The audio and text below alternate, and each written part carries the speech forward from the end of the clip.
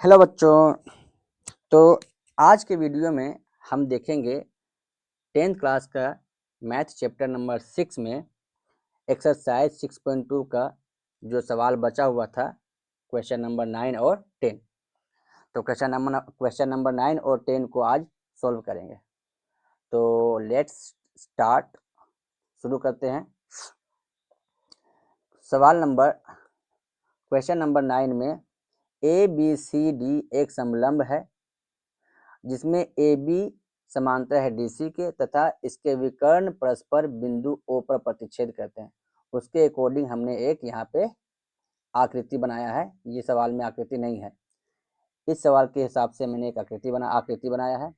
तो दर्शाना क्या है? दर्शाना ये है कि ओ ए बटा बी ओ बराबर सी ओ बटा डी ओ है। ये दर्शाना है अपने को, ठीक है। तो सबसे पहले हम क्या बोलेंगे कि हमने दिया क्या है। दिया क्या है भैया? दिया ये है कि ए बी सी डी एक समलंब है जिसमें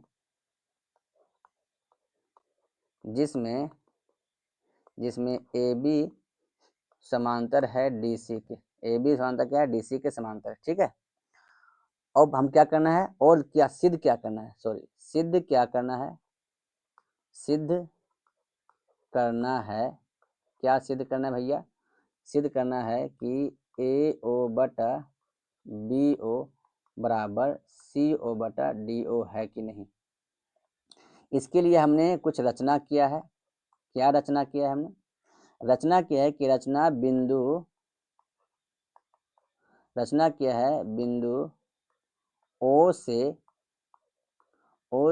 ए बी पर एक रेखा ओ ई या ई ओ बोलो, खींचा है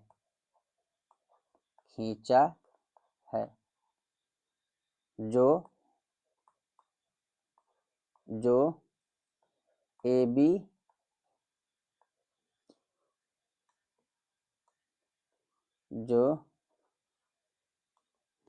जो ई ओ, अच्छा चलो ए बी बोलते हैं, ए बी समांतर है ई ओ के, ठीक है।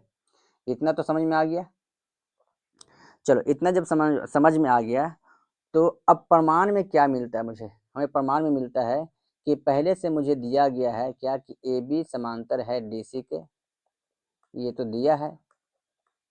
और हमने रचना से क्या निकाला? रचना से निकाला है ई ओ समांतर ए बी या फिर ए बी समांतर ई ओ। ये रचना से निकाला हमने, रचना से। समझ में आ गया। तो अगर हम बात करें समीकरण 1 की इसको और समीकरण 2 इसको माने तो हम ये बोलेंगे कि समीकरण 1 और 2 से गौर से देखेंगे कि अगर ए बी समांतर है डीसी के और ई ओ समांतर है ए बी के तो क्या ई ओ समांतर डीसी नहीं होगा? तो हम ये बोलेंगे क्या? हम ये बोलेंगे कि ई ओ समांतर हो जाएगा डीसी के, होगा ना समांतर डीसी के, ठीक है। अब क्या करेंगे? इसको समीकरण 3 मान लेते हैं। अब त्रिभुज चलते हैं हम ए बी डी में। त्रिभुज ए बी डी में देखें तो हम ये बोलेंगे क्या? हम ये बोलेंगे कि ए बी जो है वो समांतर है सी ई ओ के। अगर समांतर है तो हम ये बोलेंगे थेल्स प्रमेय से। हम थेल्स प्रमेय से क्या बोलेंगे? थेल्स प्रमेय से हम बोलेंगे क्या कि ए ई बटा ई डी बराबर हो जाएगा बी ओ बटा ओ डी होगा। इसको इक्वेशन 4 मान लेते हैं। इसको समीकरण क्या मान लेते हैं? 4 मान लेते हैं, ठीक है। इसी प्रकार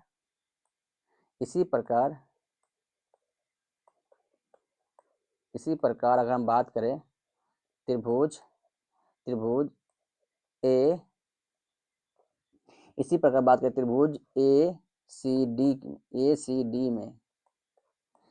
डी में अगर बात करें तो हमने रचना से क्या मिला था कि ई ओ समांतर है डी सी के, ये रचना से मिला था हमें, रचना से ऐसा है तो हम बोलेंगे क्या कि थेल्स प्रमेय से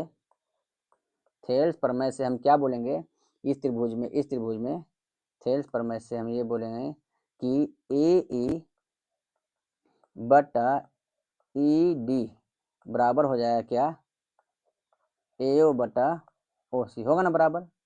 अगर ये बराबर होगा, इसको इक्वेशन 5 मान लेते हैं, अगर ये बराबर होगा तो हम क्या ये कह सकते हैं समीकरण, हम ये कह सकते हैं कि समीकरण 4 और 5 से, समीकरण 4 और 5 से हम ये कह सकते हैं, क्या कह सकते हैं कि ओ ए बटा ओ सी बराबर बी ओ बटा ओ डी, बोल सकते कि नहीं बोल सकते, बोल सकते ना। अब मुझे सिद्ध क्या करना था, मुझे सिद्ध यही करना था, क्या बोलो, मुझे सिद्ध यही करना था ना, तो हो गया सिद्ध, प्रूव्ड,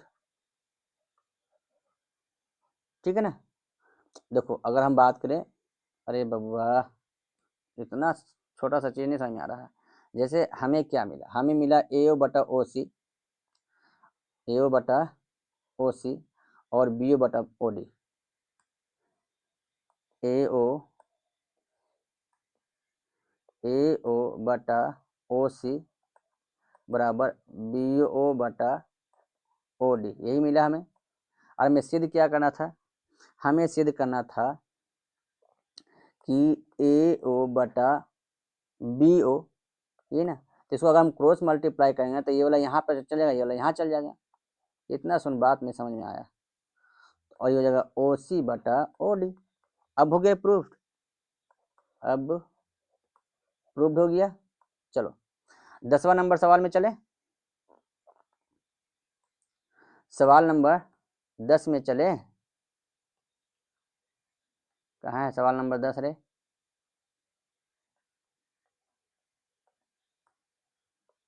सवाल नंबर 10 यहाँ पे है, ठीक है ना। सवाल नंबर 10 में बोला जा रहा है कि एक त्रिभुज ए बी सी डी के विकर्ण परस्पर बिंदु ओ पर इस प्रकार प्रतिच्छेद करते हैं कि ओ ए बटा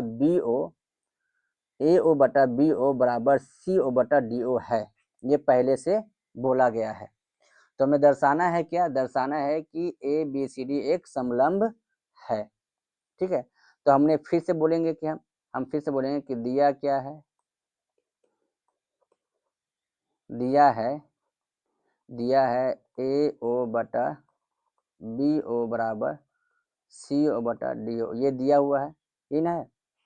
और दर्शाना क्या है, सिद्ध क्या करना है, सिद्ध करना है क्या कि ए बी सी डी एक समलंब है, ठीक है। तो कुछ रचना करते हैं इसमें भी, ठीक है। रचना किए हैं, यहाँ पे रचना क्या किए हैं कि बिंदु, ठीक है, बिंदु ओ से ए बी नहीं A D, note A D बोलेंगे, क्या बोलेंगे ए डी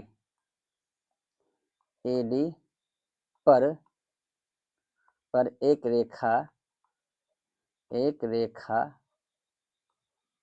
रेखा ओ ई खींचा है, क्या किया है, खींचा है, जो ओ ई समांतर ए बी है, ये पता है हम लोगों को। अगर ये पता है, अगर हम लोगों को ये पता है तो हम क्या बोलेंगे, प्रमाण में क्या मिलेगा, प्रमाण में मिलेगा कि हमने ए बी समांतर ई ओ तो कर लिया है रचना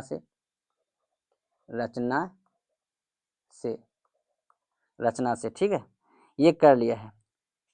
अगर ऐसा किया है तो देखो त्रिभुज ए बी डी में देखते हैं, डी में अगर ऐसा किया है तो क्या थेल्स के व्युत्क्रम से, थेल्स के विलोम से, नहीं व्युत्क्रम विलोम से थेल्स प्रमेय का एक विलोम प्रमेय होता है, उल्टा होता है, एक्चुअली थेल्स ही है। विलोम से हम ये बोलेंगे क्या कि ए ई बटा ई डी बराबर बी ओ बटा ओ डी, बोलिए कि नहीं। इसको समीकरण 1 मान लेते हैं, ठीक है ना। ठीक,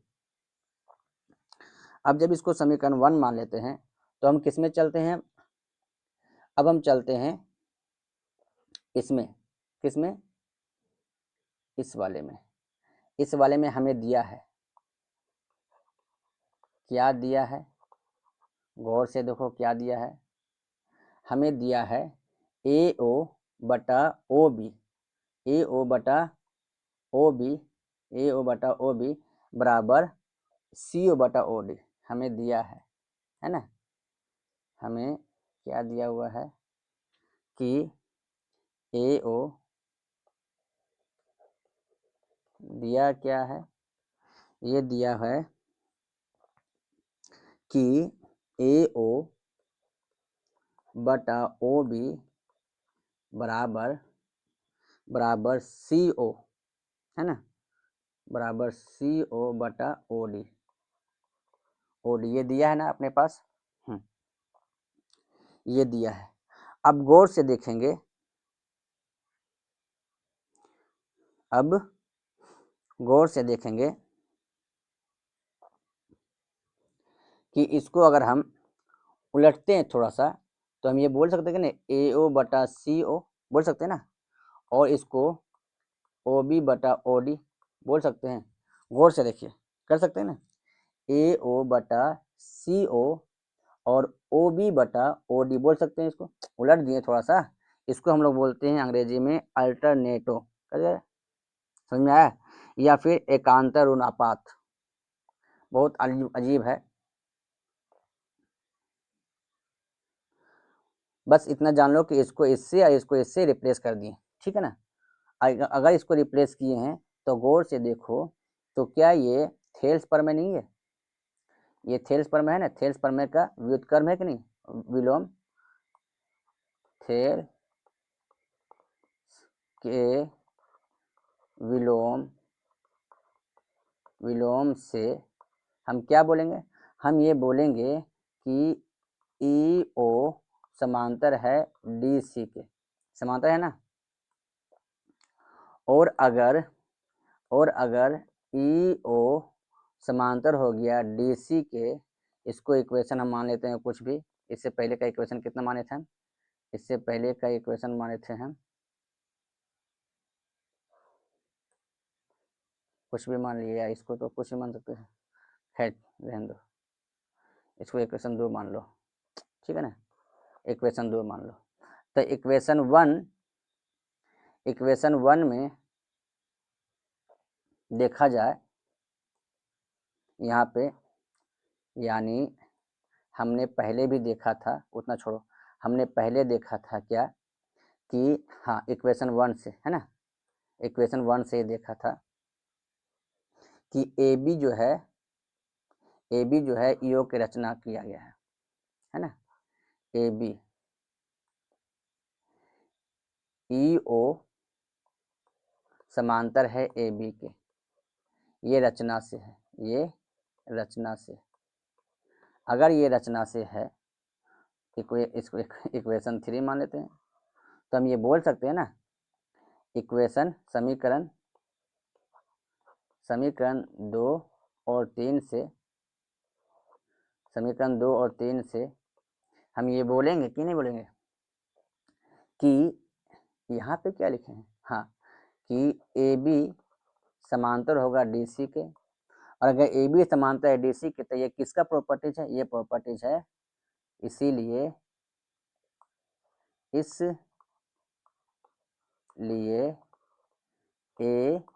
बी सी डी समलंब है, समलंब है।